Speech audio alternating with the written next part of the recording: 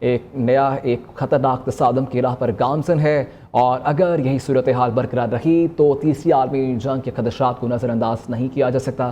انہوں نے کہا کہ ہمیں ایران میں جوہری تنصیبات کے گرد حالات پر خاصی تشویش ہے، خاص طور پر ان مقامات پر جہاں روسی ماہرین تہران کے لیے 2 نئے نیوکلیئر ری ایکٹر کے تعمیر میں مصروف ہیں۔ پیوٹن نے مطلبہ کیا کہ ان حساس مقامات پر جاری کشیدگی صرف ایران کے لیے نہیں بلکہ عالمی امن کے لیے بھی خطرے کی گھنٹی ہے، اور ان مقامات پر کسی بھی ممکنہ حملے یا حادثے سے ریڈیائی اخراج اور ماحولیاتی تباہی کا خدشہ ہے۔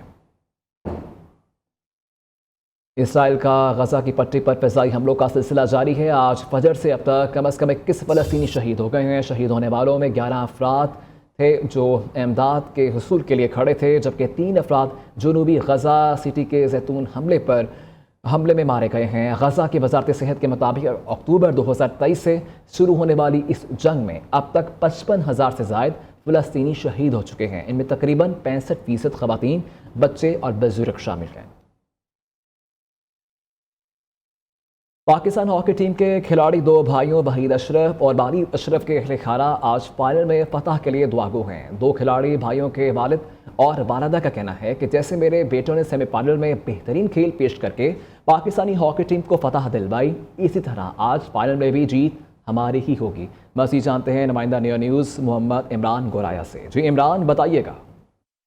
میرا نام رانا عبد المجید ہے۔ میرے 2 بیٹے پاکستان ہاکی ٹیم کی طرف سے کھیل رہے ہیں ماشاءاللہ۔ رانا وحید اشرف پاکستان سینئر ہاکی ٹیم کے وائس کپتان ہیں، اور رانا ولید اشرف بھی پاکستان کی ٹیم میں کھیل رہے ہیں ماشاءاللہ۔ جو 8 نیشنز کپ ہو رہا ہے ملیشیا کے شہر کوالالمپور میں، اس میں ماشاءاللہ پاکستان کی ٹیم بہت اچھا کھیل رہی ہے ماشاءاللہ۔ تو اس میں رانا وحید اشرف دوسری دفعہ کل سیمی فائنل سمیت دوسری دفعہ مین آف دا میچ ہوئے ہیں، اور ان کے ابھی تک اس ٹورنامنٹ میں ماشاءاللہ 5 گول ہوئے ہیں۔ تو کل بھی مین آف دا میچ ہوئے ہیں۔ ہماری دعا ہے کہ انشاءاللہ جس طرح اللہ پاک نے ان کو کل سیمی فائنل میں فتح دی ہے، اسی طرح انشاءاللہ وہ فائنل بھی ہماری دعا ہے، اور ہماری پوری قوم سے اپیل ہے کہ ان کے لیے دعا کریں اور پاکستان کے لیے میڈل لے کے آئیں انشاءاللہ۔ وزیر اعلیٰ پنجاب مریم نواز کا جنوبی پنجاب کے دیہات میں رہنے والے خواتین کے لیے ایک اور تاریخ ساز قدم، غریب اور نادار دہی خواتین کے لیے بہترین ذریعہ روزگار کا اہتمام۔ دیہات میں رہنے والی غریب بیوہ خواتین کو بھینسیں اور گائیں ملیں گی۔ جنوبی پنجاب کے 12 اضلاع میں 2 ارب روپے سے 11,000 دہی خواتین کو بھینسیں اور گائیں دی جائیں گی۔ وزیر اعلیٰ مریم نواز کے بے مثال پروگرام کے پہلے مرحلے میں 4,870 مویشی دیے جائیں گے۔ سینئر وزیر پنجاب مریم اورنگزیب کا بھیس بدل کر جنرل ہسپتال لاہور کا دورہ کیا گیا۔ مریم اورنگزیب عام شہری کے طور پر ہسپتال آئیں اور ماسک پہن کر مختلف وارڈز میں گئیں۔ ہسپتال کی ایمرجنسی کا معائنہ بھی کیا۔ صفائی اور علاج معالجے کی صورتحال تسلی بخش تھی۔ تمام مریضوں کو ادویات بھی مفت فراہم کی جا رہی تھیں۔ مریم اورنگزیب نے میڈیکل، گائنی اور لیبر روم کا معائنہ بھی کیا۔ سینئر صوبائی وزیر نے مختلف وارڈز میں زیر علاج مریضوں کے لواحقین سے بات چیت بھی کی۔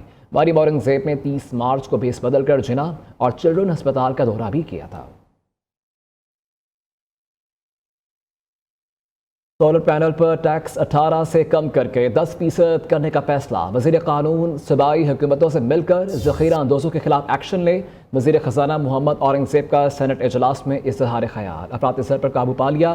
زر مبادلہ کے ذخائر میں نمایاں اضافہ ہوگا۔ بجٹ میں عوامی فلاح و بہبود کے لیے کئی اقدامات کا اعلان کیا۔ سرکاری ملازمین کی تنخواہوں میں 10%، پینشن میں 7% اضافہ کیا گیا۔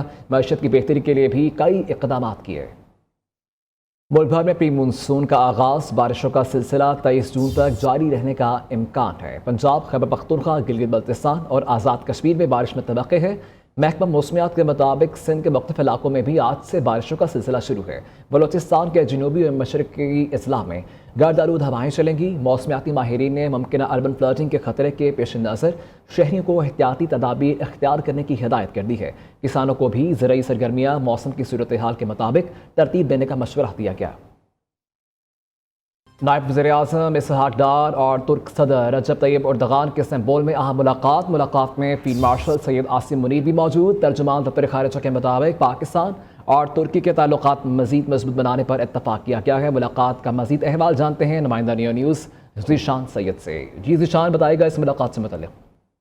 جی بالکل، یہ ترجمان دفتر خارجہ نے ایک پریس ریلیز جاری کیا جس میں کہا جا رہا ہے کہ نائب وزیر اعظم اسحاق ڈار کا ترکی کے صدر طیب اردگان سے استنبول میں انتہائی اہم ملاقات ہوئی، اور ملاقات میں فیلڈ مارشل عاصم منیر بھی موجود تھے، جبکہ پاکستان اور ترکی کے تعلقات کو مزید مضبوط بنانے پر اتفاق کیا گیا ہے۔ اسرائیلی حملوں کی شدید مذمت کی گئی ہے اور ایران کے دفاع کے حق کی حمایت کی گئی ہے، جبکہ یہ بھی کہا جا رہا ہے کہ عالمی برادری سے مشرق وسطیٰ میں قیام امن کے لیے کردار ادا کرنے کا مطالبہ کیا گیا ہے اور غزہ میں انسانی امداد کی فراہمی میں رکاوٹیں فوری ختم کیے جائے، جبکہ صدر اردگان کو اسلامی تعاون تنظیم یوتھ فورم کا ایوارڈ پر مبارکباد دیا گیا اور OIC اجلاس کی کامیاب انعقاد پر پاکستان کی جانب سے خراج تحسین بھی پیش کیا گیا۔ جی خراج تحسین پیش کیا گیا، بہت شکریہ آپ کا۔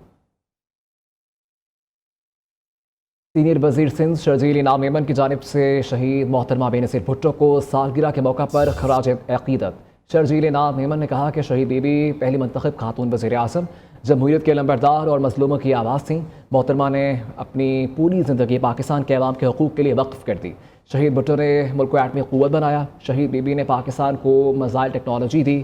آج پاکستان کا دفاع شہید ذوالفقار علی بھٹو اور شہید بی بی کی قابل تحسین کاوشوں سے ناقابل تسخیر ہے۔ بے نظیر بھٹو شہید کی قیادت، قربانیاں اور ویژن آج بھی ہمارے لیے مشعل راہ ہے۔ نیوز اسٹوڈیو سے اب تک کے لیے اتنا ہی، دیکھتے رہیے نیو نیوز۔